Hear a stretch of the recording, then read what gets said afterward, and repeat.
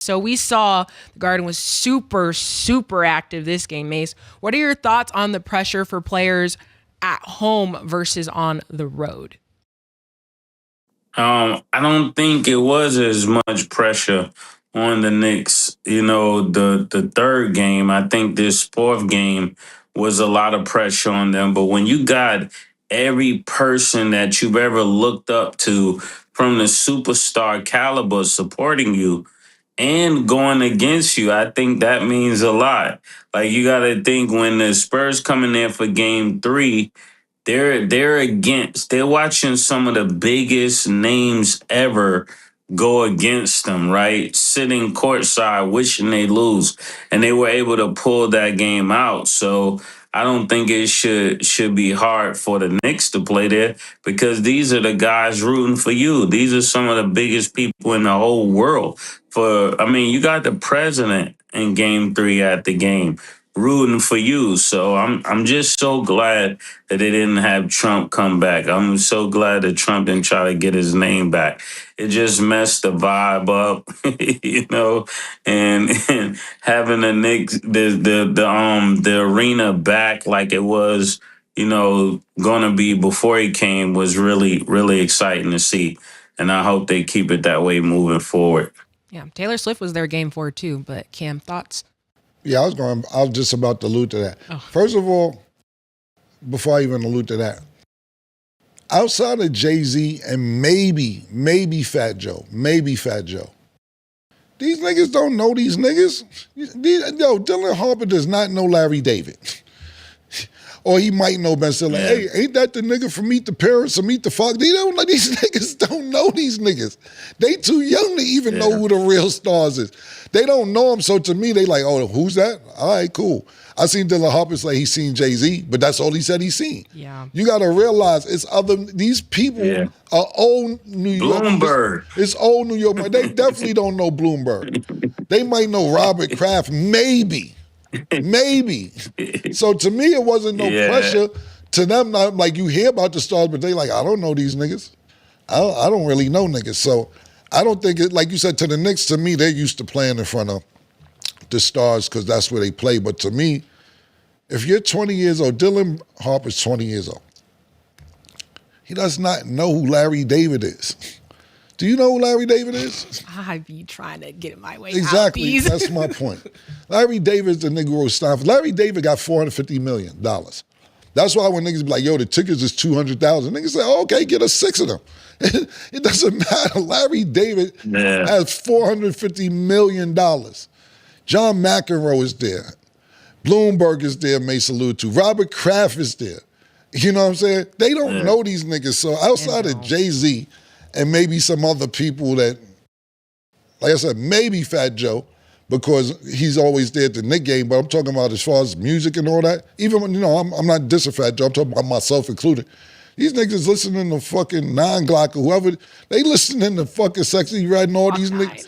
Glock 9, NBA Youngboy, all these niggas. Yeah, these whatever. I'm just telling you because I'm happy I said it wrong. Let you know how old I am. You know what I'm saying? I'm not here to impress. I'm here to tell you the facts. This is the truth. They don't know. Secondly, let me tell y'all something, right? Let me just tell you something, because I blocked 4 people last night. Nothing, I'm going to just say this right here. Nothing turns me off than a follower. I can't stand it. I hate it. I really, really hate it.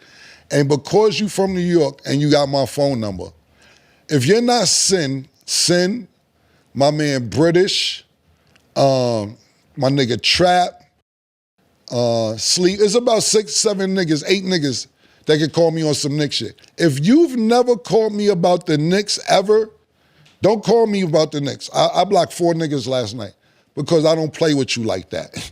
I play with my poor Desi is like, you're a follower, and now because you one of them people I'm cool with, now I can't look and respect you when I see you.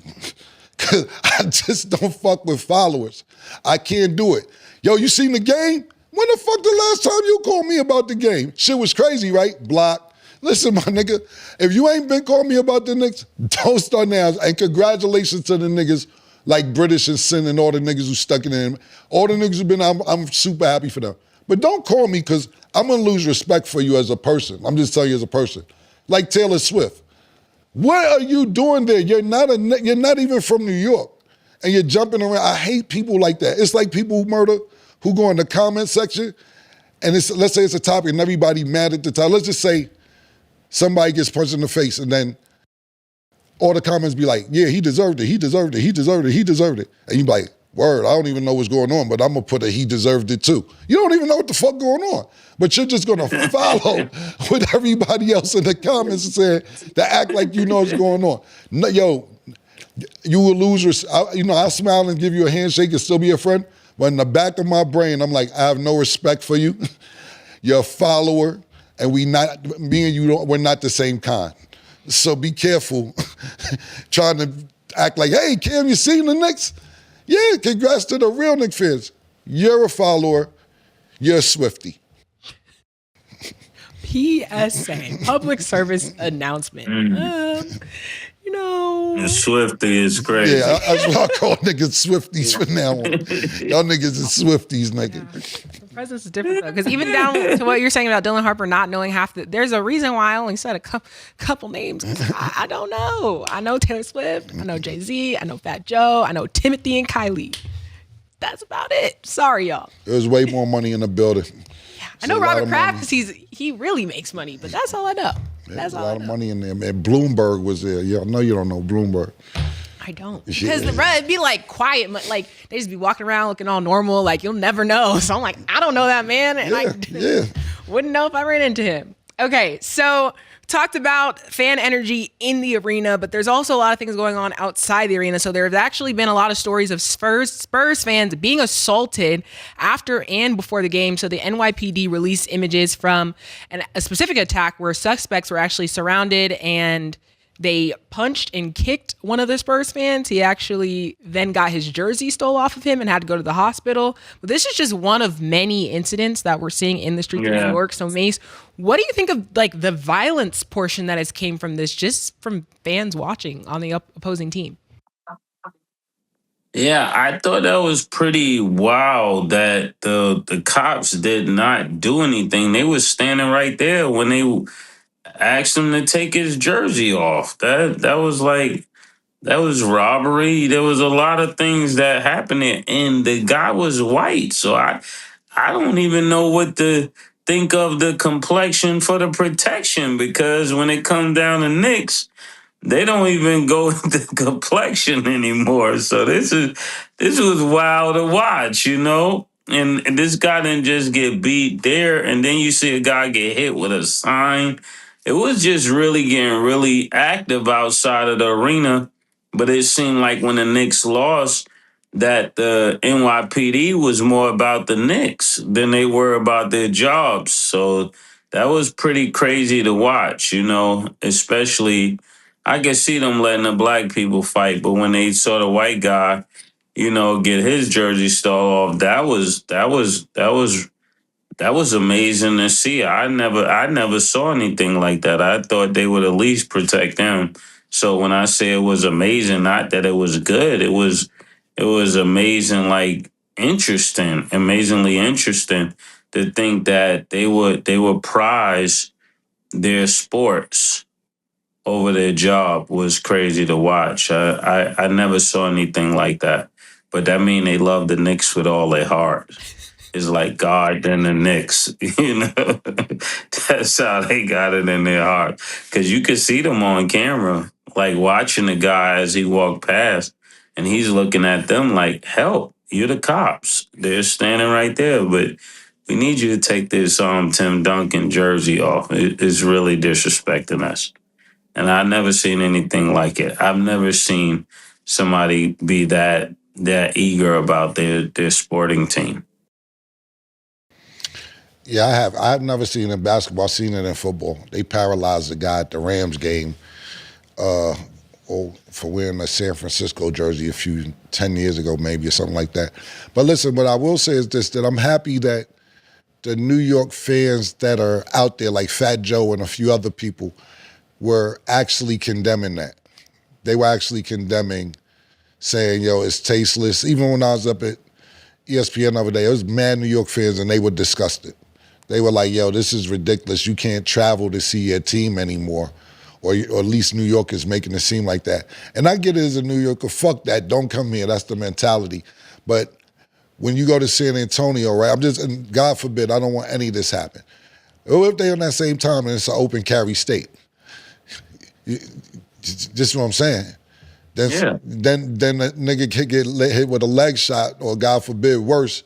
Oh, they killing niggas. Yo, dude, you don't want this from state to state. So, shout out to Fat Joe and shout out to the other, some of the Knicks fans that's, no known faces for stepping up and saying, yo, this is whack. It doesn't look good. It leaves a bad state on the city. Because, I get the energy. Don't get it wrong. Fuck that. We New York, this, that, and third. But you don't want to go somewhere else. And niggas like, yeah, it's our turn. Because New York is travel. You know what I'm saying? And that's the last thing you want. Yeah. To feel like you go to another state. And the other state or the other team, the team from the other state feels like, nah, fuck that. We got to get revenge. You don't need that. You don't need that. So shout out to Fat Joe. I'm going to keep saying Fat Joe because I actually seen his response on social media, and he was saying how disgusting it was what they were doing. Pretty bad. Okay, so yeah, imagine some Mexican guys doing that if they would have caught a black Knicks fan coming out of San Antonio, the Alamo Dome, and they did anything remotely close to that. It would have been horrible. Everybody would be screaming racism, everything else. So that's definitely uncalled for. And the thing about this is New York. The thing about it is, not to cut you off, Dollar, is that they're going back to San Antonio. The next game's in San Antonio, and this is what you don't want to happen. God forbid.